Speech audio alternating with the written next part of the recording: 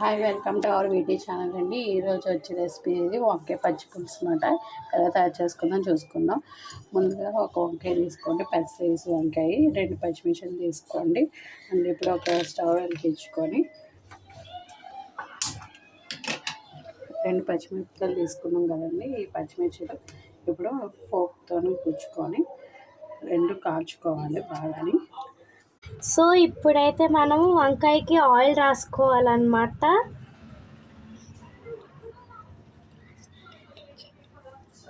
Next ఏమో ఇప్పుడు ఈ వంకాయని కాల్చాలి.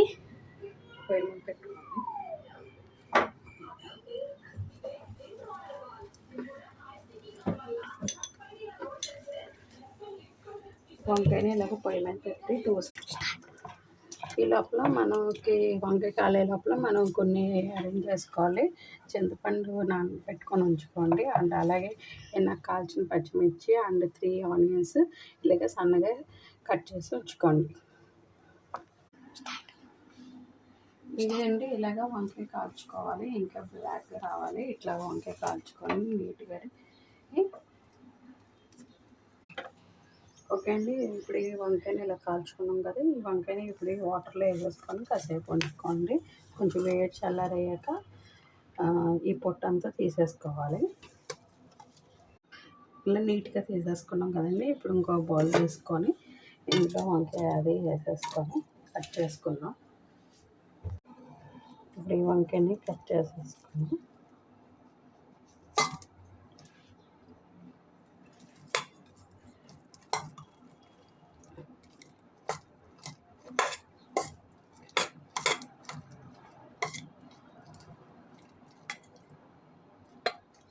దాంట్లో ఇప్పుడు ముందుగా మనం కట్ చేసుకున్నాం కదా పచ్చిమిర్చి అవి వేసేసుకుందాం.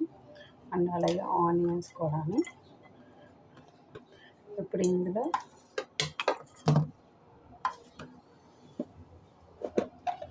ఒక స్పూన్ సాల్ట్,